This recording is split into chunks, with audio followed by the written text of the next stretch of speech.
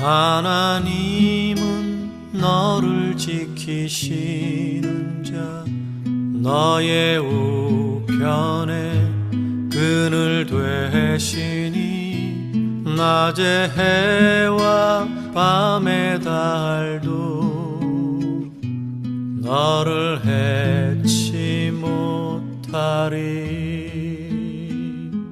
하나님은 너를 지키시는 자 너의 환난을 면케하시니 그가 너를 도우시리라.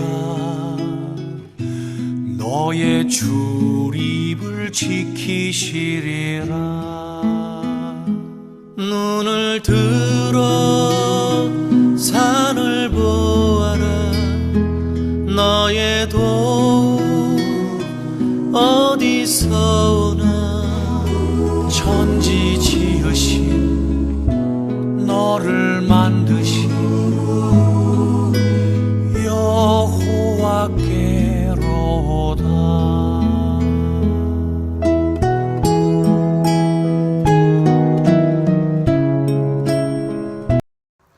구성교회 친구들 모두 안녕. 다들 잘 지내고 계시죠? 그럼 우리 모두 함께 기도드리시겠습니다. 사랑의 하나님 감사드립니다. 이번 주도 주님을 향한 예배의 자리로 우리 아이를 낳아옵니다. 예배의 자리로 인도하여 주신 주님의 은혜에 감사드립니다.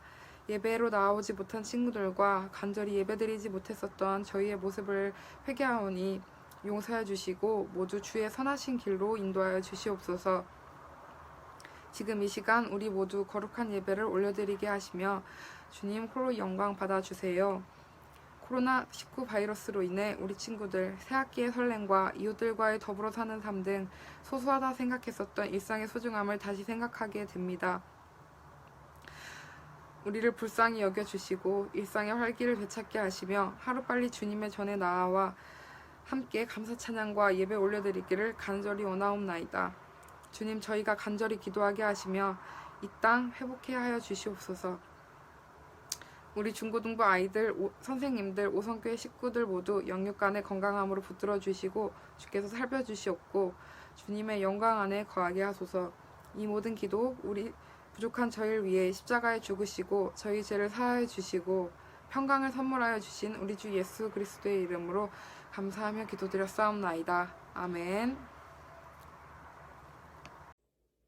모르드게가 그를 시켜 에스더에게 회답하되 너는 왕궁에 있으니 모든 유다인 중에 홀로 목숨을 건지리라 생각하지 말라. 이때 내가 만일 잠잠하여 말이 없으면 유다인은 다른 데로 말미암아 노임과 구원을 얻으려니와 너와 내 아버지 집은 멸망하리라.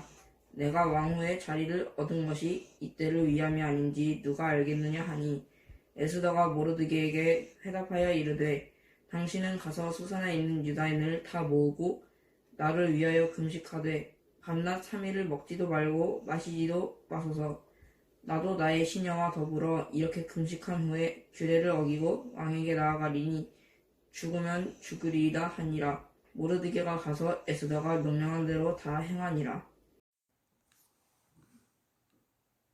안녕 친구들. 한 주간 동안 잘 지냈어요?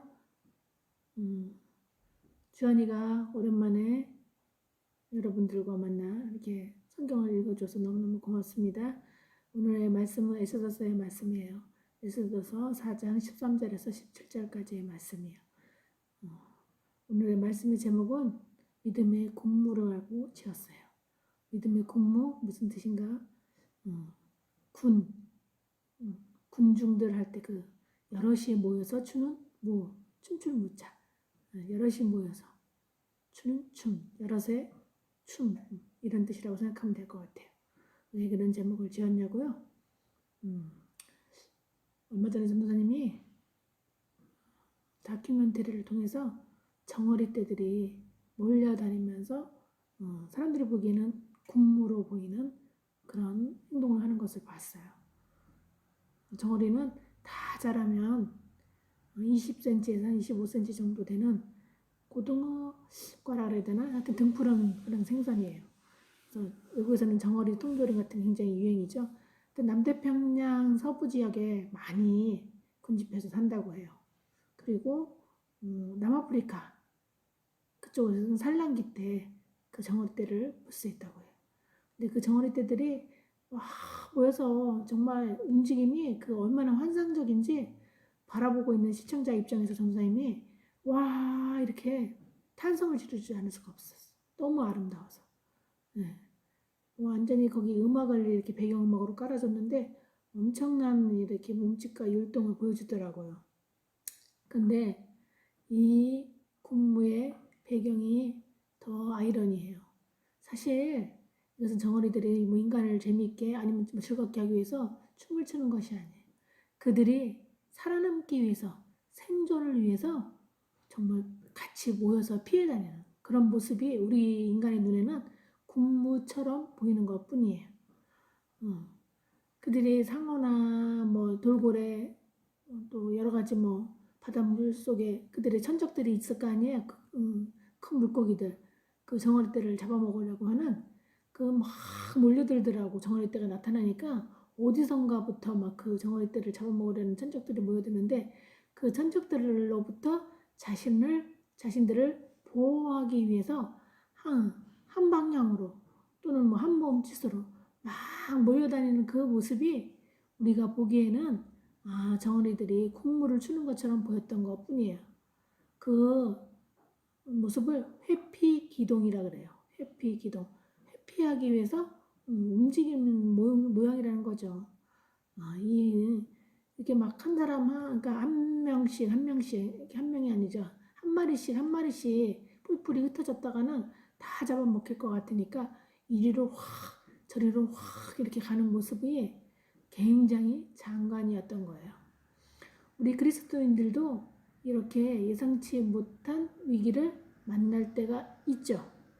예를 들어서 히틀러, 2차 대전 때 히틀러 치하에 있던 독일의 그리스도인들도 그런 상황이 있었고 우리나라를 또 비교하면 일제강점기의 한국 교회들 그리고 어쩌면 요즘에 우리가 전 세계적으로 앓고 있는 이 코로나 위기도 우리가 예상치 못했던 커다란 위기라고 볼 수 있을 것 같아요.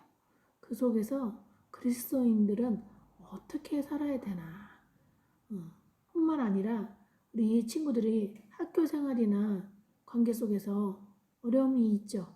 이런 일상에서는 우리 그리스도인들은 어떻게 또 그 문제에 대처해야 되나 그것을 오늘 성경 에스더 4장을 통해서 서로 나누어 보려고 해요. 성경 속에서는 주님께서는 우리에게 서로 도움으로 하나님의 살아계심을 나타내라 라고 말씀하고 계셔요. 서로 도움으로 하나님의 살아계심을 나타내라. 오늘 말씀의 배경은 페르시아를 배경으로 하고 있어요. 당시 페르시아는 전 세계적으로 정말 넓은 땅을 가지고 있는 대제국이었어요. 그 대제국의 페르시아의 아하수에로라는 왕의 시대에 일어났던 일이에요. 당시 아하수에로 왕은 다시 또 정복 전쟁을 나가기 위해서 많은 이들을 모아놓고 연회를 베풀었어요. 그런데 그 아하수에로 왕의 왕후인 와스디는 아주 이름난 미인이었다고 해요. 근데 이제 흥이 오르자 연애가 깊어지면서 이 아하수에로 왕이 자신에게 이렇게 아름다운 왕후가 있다는 것을 자랑하고 싶었나 봐요. 그 왕후에게 그 연회에 나타날 것을 명령해요. 근데 그 와스디라는 왕비는 굉장히 자존심이 강했던지 그 연회에 참가 나가지를 않아요. 그런데 이것이 나중에 빌미가 돼서 왕후 자리에서 폐위되게 되죠. 그리고 그 다음 왕후가 된 사람이 바로 누구냐면 오늘 말씀의 주인공인 에스더예요. 에스더는 당시 포로로 잡혀왔던 유대 민족 모르드게의 조카예요. 부모님이 안 계시기 때문에 삼촌인 모르드게가 에스더를 잘 키워서 왕후의 자리까지 오를 수 있게 된 거예요. 근데 당시 그 페르시아에는 하만이라는 굉장한 권력가가 있었어요. 권세가가 있었어요. 하만은 누구냐면요. 아말렉 아시죠 여러분? 아말렉 족속. 그 사무엘서에 보면 사울왕 이스라엘의 초대 왕 사울에 대해서 나오는데 하나님께서 아말렉 족속은 이스라엘 백성들이 출애굽할 당시에 굉장히 그 출애굽하는 이스라엘 백성들을 바로 앞에서 길을 방해하고 전쟁을 일으켜서 그들을 힘들게 했기 때문에 모두 다 진멸하라고 말씀하셨어요. 근데 사울 왕은 자신의 욕심 때문에 포로들과 또 여러 가지 재물들을 남겨놨다가 하나님께 이제 꾸중을 듣게 됐죠. 사무엘을 통해서. 그리고 다시 아말렉 왕이었던 당시 아각 왕을 죽이는 그런 일들이 일어나게 돼요.